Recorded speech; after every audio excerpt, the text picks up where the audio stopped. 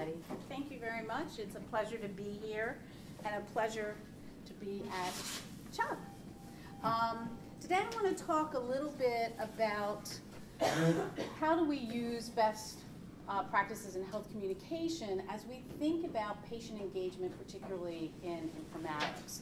So what I want to do is first walk you through some definitions that are out there, and again, there's a lot of different perspectives on what we mean by patient engagement.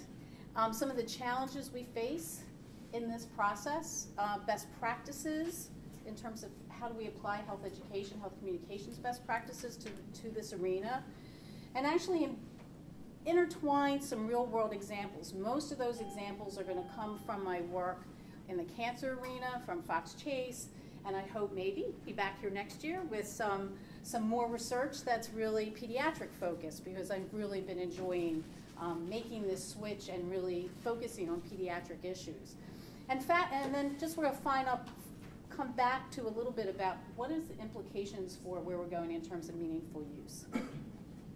So first I need to tell you just a tidbit of my story in coming to CHOP. It's the tale of two cities, or I like to call it the two parts of the city. It is the musical version, not the real story of the tale of two cities. And really, I've been working, as Patty said, for 30 years at Fox Chase Cancer Center, developing all kinds of interventions, doing research, doing patient education, and really had never met Dr. Flora Winston, who here at CHOP was doing very similar things, but in the pediatric arena. And we had the great fortune to meet, and through that meeting, really decided to come here to CHOP and be part of the team at the Center for Injury Research Prevention. So I'm really excited to be here. And I think part of what has appealed to me so much in terms of what's being done at CHOP, and particularly the center, is really this real world impact. How do we do research that really has an impact on patients, that really also has policy change? And I think the other thing about the center that's been particularly exciting is this real multidisciplinary approach. Dr. Flora Winston and Dennis Durbin, who are both here with us, really taking this research and then how do we apply it in the field? How does that make a difference? And now we're trying to do that as well in the digital health arena. A lot of work's already been done by the center in digital health, and what we're really trying to look at is how do we build tools and approaches that can be used by others based on the work that we've already done. So our vision really is thinking about this pretty broadly. Yes, it's technology. We're thinking about how do we develop platforms and tools for evaluation that can go across many different types of devices, but it's really about training, about all of us learning more about this space and this field and building that community. I've been here a short time. I've met so many people already who really have such great interest in digital health, and I think it's really how do we bring those communities together. And finally, present some leadership to the field in terms of how we can do this better. So let's think about what is patient engagement. So two very, very different definitions, and I think get at sort of the challenge we have. One is, actions individuals take to obtain the greatest benefit. Where if we look at meaningful use, it's about providing information. It's not necessarily how it's used, how does it create impact, it's that sort of provision. And so that's kind of what we need to think about. It's not just providing information. It's how is that information provided? Is it really designed for the population you're trying to reach? So kind of think about some of the drivers for the healthcare system. These are the kinds of things we all talk about: meaningful use, outcomes, is cost containment.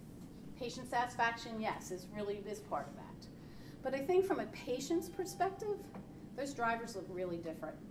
It's really about, is this relevant to me? Do I understand it? Can I actually use it? Is it accessible to me? How does it help me prepare for my doctor's visit? How does it help me really make behavior change?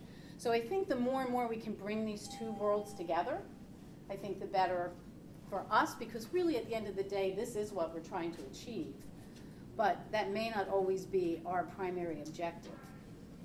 I think the other thing is to look at some of the consumer informatics, the definitions of consumer informatics. And as I was looking for some of these in preparation, I was really excited when I saw actually health literacy as part of some of those definitions. Thinking about consumer education, consumer-friendly language. Obviously, we're thinking about personal health records, but again, are they designed in a way that as a patient, as a consumer, I can use them and use them well? So it really is also at this crossroads of many different disciplines and kind of gets back to this idea of community. It really is going to take a multidisciplinary approach to really address patient engagement, particularly I think in consumer informatics. It really is the informatics side, it's a patient education side, it's really also the health communications and thinking about all of those different arenas. And so what is patient engagement in the digital health revolution? Well, it really becomes very, very complicated as we start looking at what is happening out in the world. We have things like the quantified self, and I'm going to show you a little bit of some of all the things you can do if you want to know everything about yourself through using mobile apps. Does it really help me manage my health, or is it using health services? Again, when we think about a lot of health happens outside of the health arena. So, and then, you know, have the patients that we're trying to address really changed and kept up with where we are in terms of all of these changes in technology? Some of them, absolutely. Many of them are not. And so how do we kind of create that bridge? So I'm raising some questions for you to be thinking about. And again, I hope that some of what we talk about today is things you can take back and think about in your own work. So to me, this feels like it's revisiting the past. I ran the NCI's Cancer Information Service for 17 years. And when the internet first was out there and people were getting all kinds of information, they could go in and print out research articles. They would take them to their doctor with a stack of paper. Oh, what do I do? Well, in a way, it's not really different. It's just now we have this through technology. You know, Eric Topol, this is a wonderful YouTube video. I'm not going to play it right now, but you can take a look at it, you know, with the EKG on the smartphone. I mean, it is amazing what we can do. But again, from a patient's perspective, how do I make sense of all of this? And again, I'm not going to go into a whole lot of detail because we could probably spend, you know, the whole hour talking about all the latest statistics. This constantly changes. But I think the point is that, you know, cell phones are almost 91%. This was as of May 13. Probably it's closer even now to 100%. You know, we're going to start seeing tablets and game consoles rising. Just technology's out there, and people are using it in all different ways. And this is some latest data, too, on text messaging. And I know there's a lot of work here being done, Lisa and others, in terms of looking at text messaging and how do we use that in our patient care. But again, you can really see in terms of the age groups, in terms of minority populations, text messaging is a way to reach these populations. How do we do that? How do we design them? Lots of questions about that. So I think from a health disparities perspective, this may be a great opportunity for us to think about. And just some other facts. I mean, just to kind of, as we think about some of this, you know, 35% of US adults diagnose their medical condition using the internet, and soon using apps and smartphones and all kinds of information, not necessarily in a healthcare environment. You know, the least likely used are those that probably are the ones that are perhaps most important, you know, in terms of medication reminders, smoking cessation, educating children about health. And from the consumer's perspective, there are concerns about too many apps, little structure. How do I sort through, how do I know an app is really the right app for me to use? Kind of going back to the initial days of the internet. And the other challenge, and we'll come back and talk about this, is really that decay in terms of usage. So I might log on once. Do I ever really go back and use it again? These are the kinds of questions we're trying to think about. And so this, just to give you an example in terms of the quantified self. This is from an article, and just in case you're interested, you can get all of these apps. You can track anything. You can track your moves. You can track your sleep. You can track your mood. your heart rate, your blood pressure, do blood testing, on and on and on. So again, you kind of think from the patient's perspective, from the consumer's perspective. Which of these do I use? Why do I use them? Have they been validated? Do they work? All these questions that we need to be thinking about. So from my perspective, it's one of the things that we're trying to do, and I would like to do more, is how do we put this work within the constructs of health communications best practices? Because we've done a lot of work over the last 30, 40 years in health communications and health education. How do we begin to apply that to where we are in this digital world? So again, it's the design, is it driven by theory? Who's your target audience? Many of these things that I know you all do and know in your daily work, but I think it's trying to put it into some kind of framework for us to be thinking about as we develop new interventions. The content itself, is it evidence-based? What's the health literacy level? Can I read it? Can I understand it? We'll talk about that a little bit more. Delivery systems and channels, what's the best for the population you're trying to reach? And some of the work I'm going to share with you, I think we're tending to throw print out a lot, but for some populations, print actually still is an important way of communicating. So how do we blend the different approaches that we have? And finally, the whole issue of evaluation. How do we know people are using it? How do we know it really makes a difference?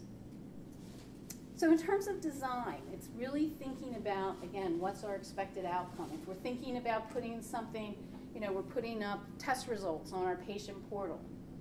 What's our outcome? What do we hope is going to happen from that? How do we design that for if we want someone then to take that next step in monitoring, those test results? Is there a guiding theoretical framework? Who's the target audience? And who needs to be part of that design team? I think, again, getting back to this whole multidisciplinary approach. A lot of the work I think all of us have done in this field, it is bringing in designers. It's working hand in hand with the software engineers as well as the researchers. And then it's really this issue, if we think about patient engagement, how do we get the community, whether it's minority community, whether it's patients that we're caring for, how do we really get them involved in the process so we actually get their input? And that sounds so simple, and I think, again, for many of us, it's not that simple to do. In identifying those patients, really involving them, but I think it's really important in terms of knowing if this is of value to our patients and consumers. So the one thing, too, I think in thinking about target audiences really is taking this ecological approach. It's not just the patient or the consumer.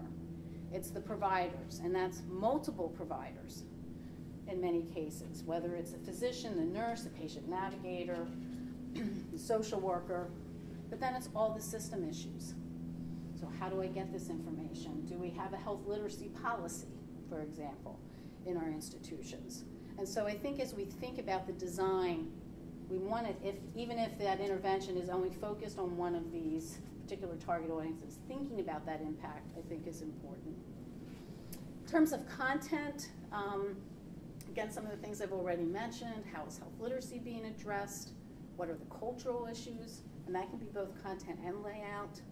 And I want to share one example with you that kind of addresses some of these issues and some of the challenges, actually, we had in developing these. These are 3 interactive patient decision tools that they're web-enabled, very deep in terms of their content, multimedia, so video, it has text. And this was through an NCI randomized trial, a program project grant that was actually implemented through the NCI's Cancer Information Service.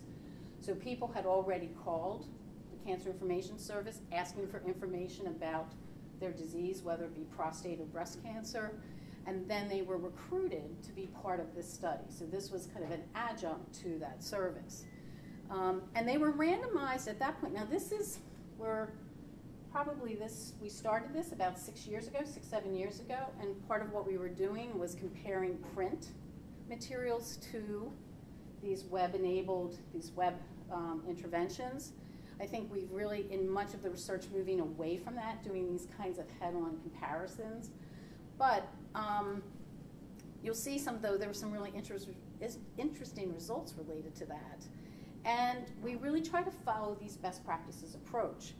This is kind of the framework that we used. These programs took about 16 months to develop, a very diverse team that was part of developing them.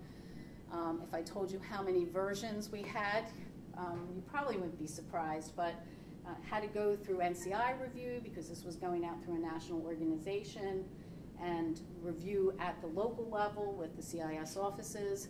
So in terms of from the health communications perspective, we really started out with, again, these are topics that there's lots of material out there already.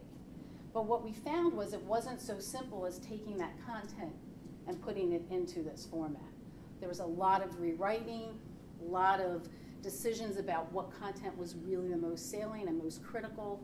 We tried to, and we actually did use some materials that were already out there.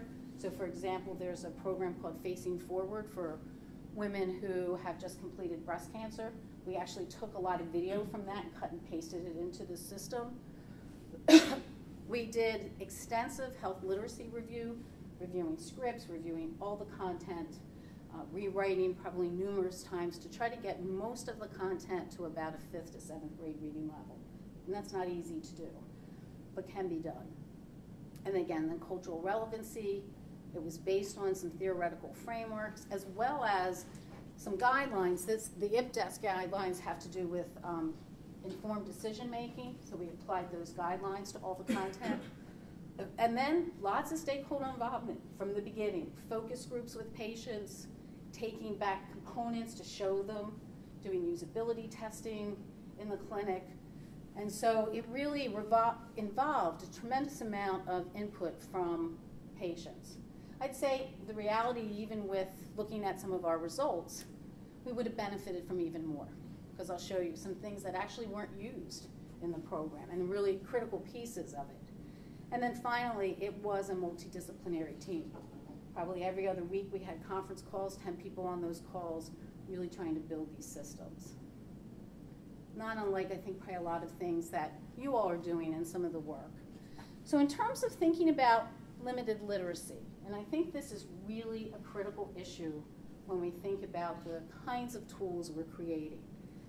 Over 1/3 of US adults, 77 million people, have difficulty with very common health tests. That's reading their prescription bottle. And then we're talking about giving them all kinds of information about their test results and other complex information that really not, sometimes is really synthesized, but often is, let's just give them the information. And we really need to think about, will that information be able to be used? Will they understand it? And when we think about limited literacy, it's a broad range of groups who particularly, are challenged by health literacy. The elderly, low income, minority groups, recent immigrants, born in the US, but English is their second language. So when you really think we're almost, and if we look at limited literacy, not the lowest level of literacy, we're about at 45%. So we're almost talking about half of the US. This is a challenge. And so when we start thinking about what we're providing to patients, this is really an important issue. And this is an example of a project that we did with developing text messages. And one of the things we wanted to do first, this was with women coming on a mobile mammography van. And what we wanted to do first was do a health literacy assessment. Find out what are the issues these patients are facing and how then do we design the messages. One of the things we did is we actually put the health literacy assessment on an iPad, on a tablet. So we gave them a choice. You can use the tablet or you can fill this out on paper. And you can see about half picked the tablet, half preferred to actually write it. They didn't want to use the tablet. Now we see that was the seniors were more likely to not want to use the tablet, so there might be some real age differences here. But again, I think an important point in terms of, as we think about technology and we think about the population we're working with, what's the best fit? And then in phase 2, based on this, on the assessment, we then developed messages that were at about a 5th grade reading level in English and Spanish, and again went through the 2 back translations for the Spanish versions. This is another example, and part of what we did was really create kind of almost a resource to investigators in terms of how to take their interventions and design them to be more designed for a limited literacy population. And this was another text messaging project with Huang-Yi Wen at Fox Chase, and this was for smoking relapse among postpartum inner city women. And this is kind of the before and after.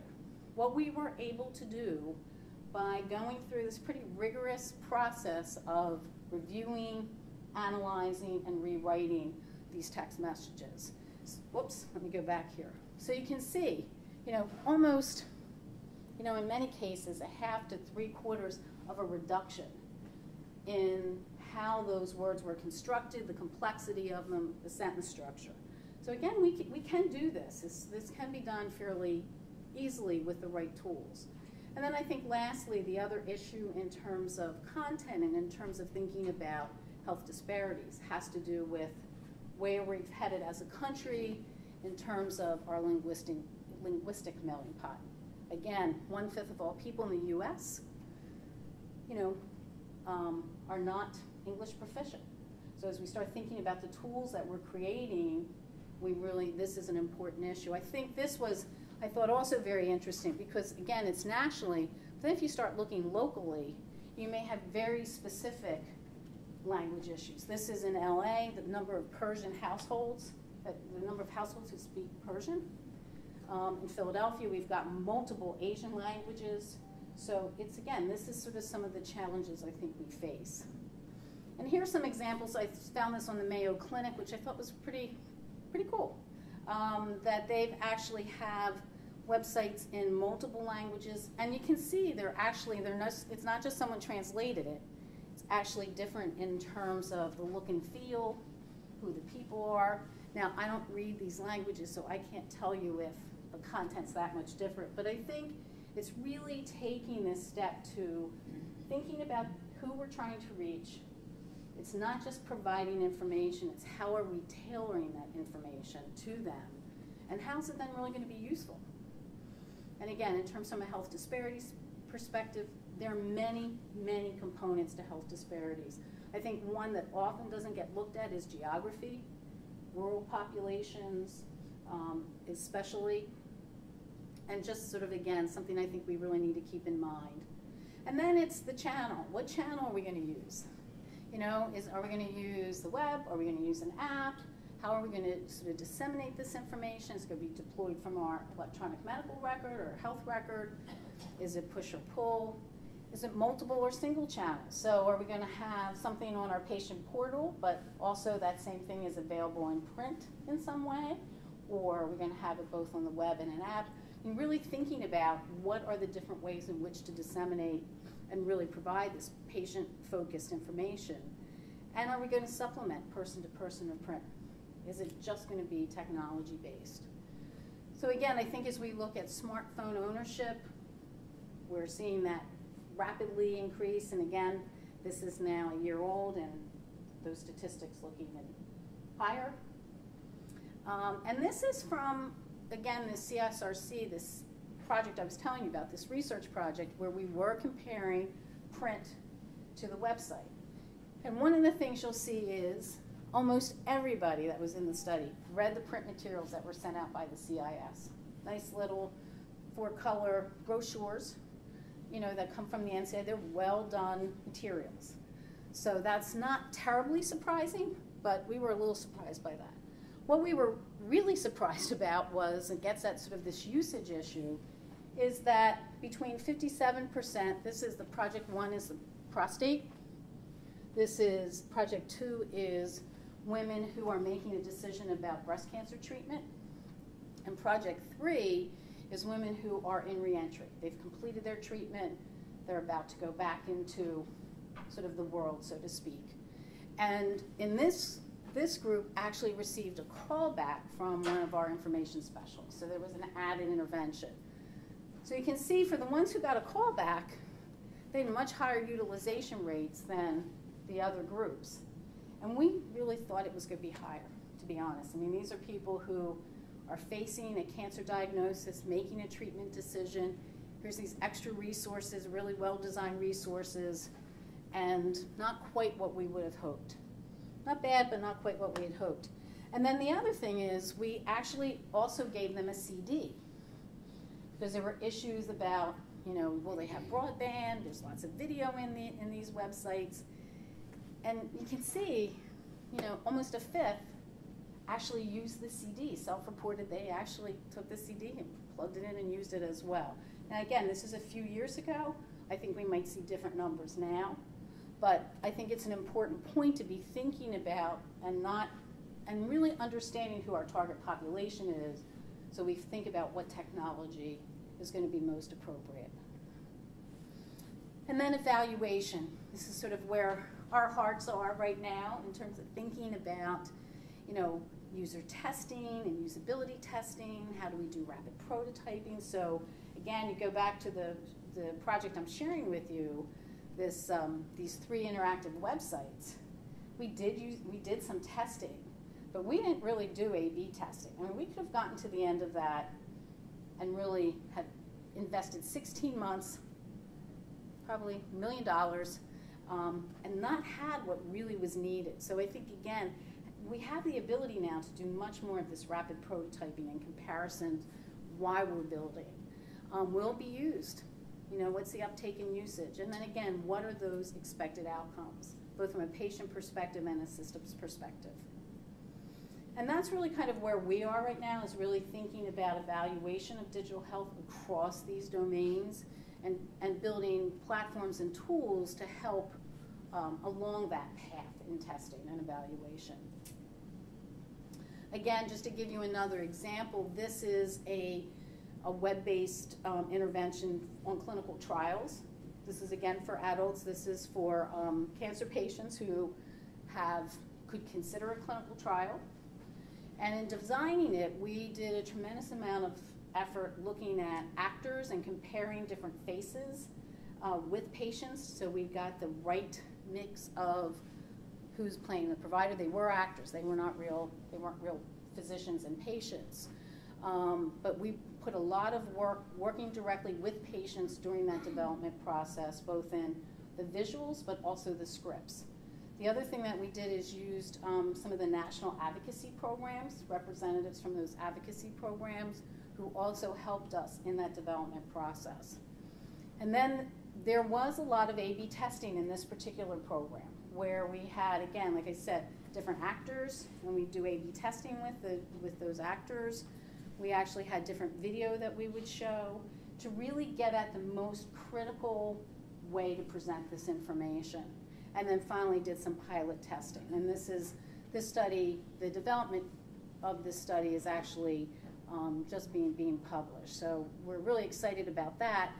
Now, of course, the question is, we need to see at the end, how did it really impact that decision making around clinical trials, which we're in the process of. And then the last example I want to share with you is also from utilizing one of these web-based interventions that was focused on prostate cancer, and actually doing a much more in-depth study of how did these men actually use that website? How did they use it? I think, again, we give these interventions and we think everybody's using it the same. What we don't know in the reality, maybe people are using it very differently, and then how does that affect our outcomes? So this was a mixed methods study where we actually did in-depth tracking of everywhere they went on the website, as well as we did a number of qualitative interviews with men who had used the website to get more insights about what they thought of the program and how they used it and how to inform their decision making. And some of just the key findings from this as well is, you know, only 25% of them logged on for a second session. So the way we implemented the study was when they came into the clinic, we logged them on to the website, walked them through it. But then we also, because we had tracking built in, could see did they ever go back on. And in fact, not many men went back and used it the second time.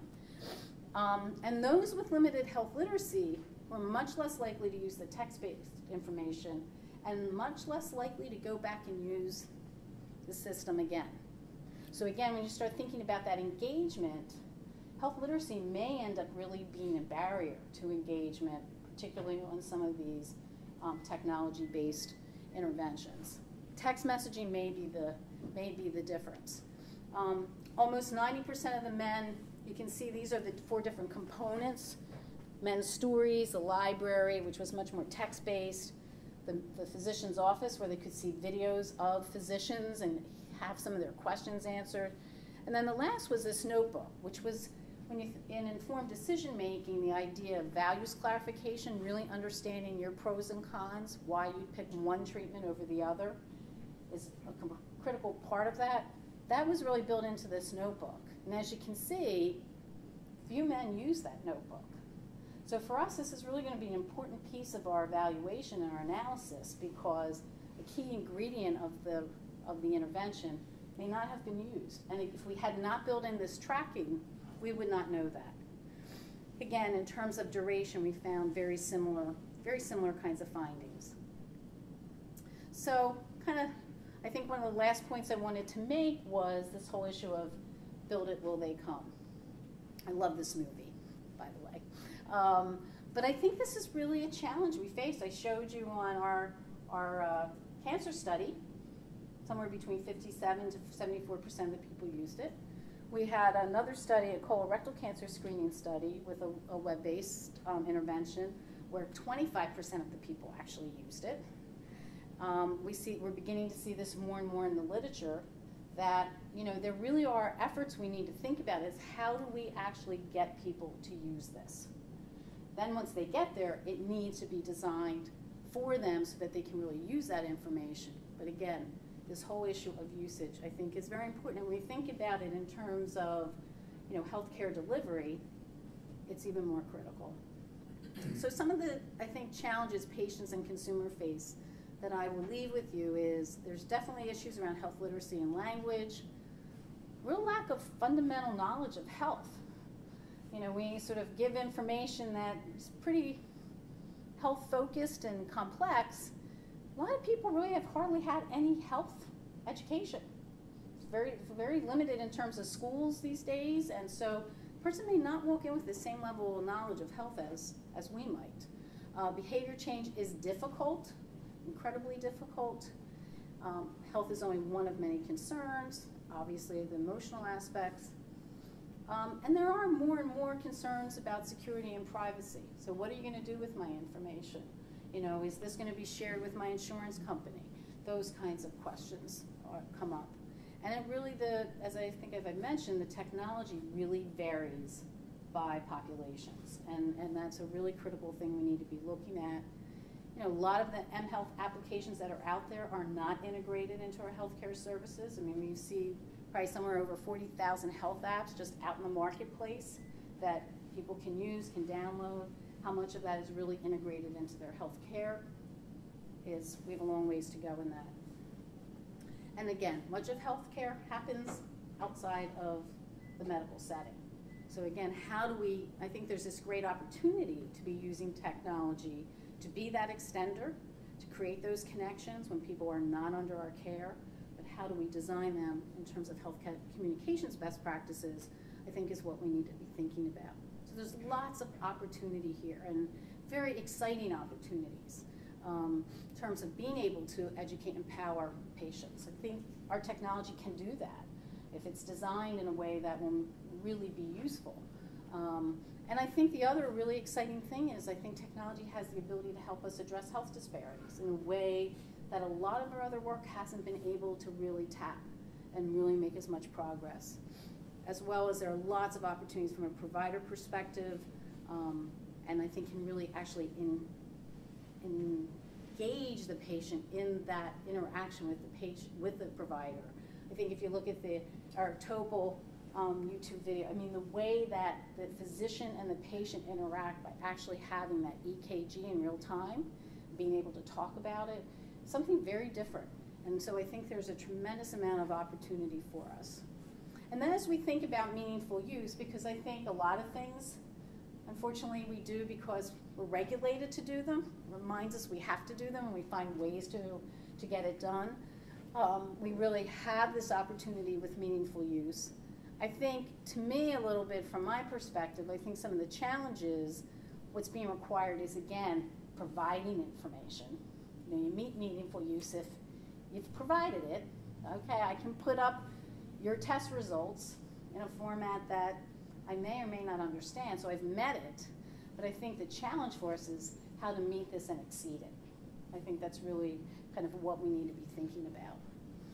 And so some final considerations really have to do with, you know, thinking about, we have the 3 E's of that: evidence, engagement, and evaluation. How do we really embed these into the work that we're doing and the interventions we're creating?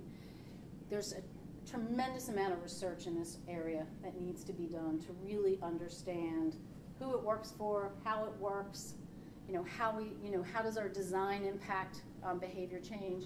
And finally, I think sort of, to me, one of the really exciting areas is implementation. So we have these wonderful tools. How does it really become part of practice? And what do we need to do to actually make sure it becomes part of practice? So some key ingredients is I like to think about them in terms of patient engagement. Great opportunities I think we have for that. And just really want to acknowledge you don't do any of this work outside of being in a community. And so I just want to acknowledge my community, both here at CHOP with Flora Winston and our team in the digital health. Both Venk and Catherine are here with us. But again, beginning to meet many others at CHOP who have lots of these same interests and seeing how we can come together, but also many colleagues at Fox Chase as well. So just want to acknowledge them. So I hope I kept to my time. Yeah, you did. Okay, good.